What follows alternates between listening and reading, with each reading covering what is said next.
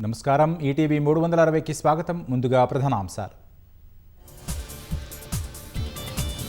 Phone tapping కేసులో కేసీఆర్కు మరోసారి నోటీసులు ఇవ్వనున్న సిట్. ఆదివారం నందినగర్ నివాసంలోనే విచారించాలని నిర్ణయం. మున్సిపల్ ఎన్నికలకు ముగిసిన నామినేషన్ల గడువు. చివరి రోజు పెద్ద సంఖ్యలో దాఖలు చేసిన అభ్యర్థులు. తెలుగు రాష్ట్రాల జల వివాదాలపై ఢిల్లీలో కేంద్ర కమిటీ సమావేశం.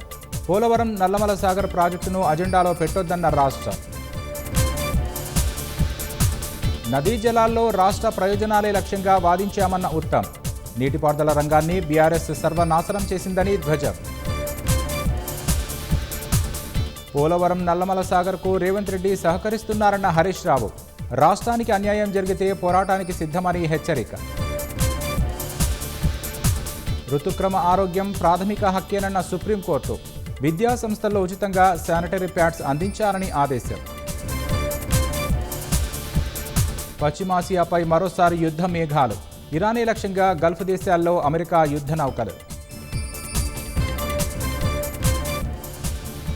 కోలాహలంగా కొనసాగుతున్న మేడారం మహాజాతర. చీర సారలతో వనదేవతలకు మొక్కులు చెల్లిస్తున్న భక్తజనం.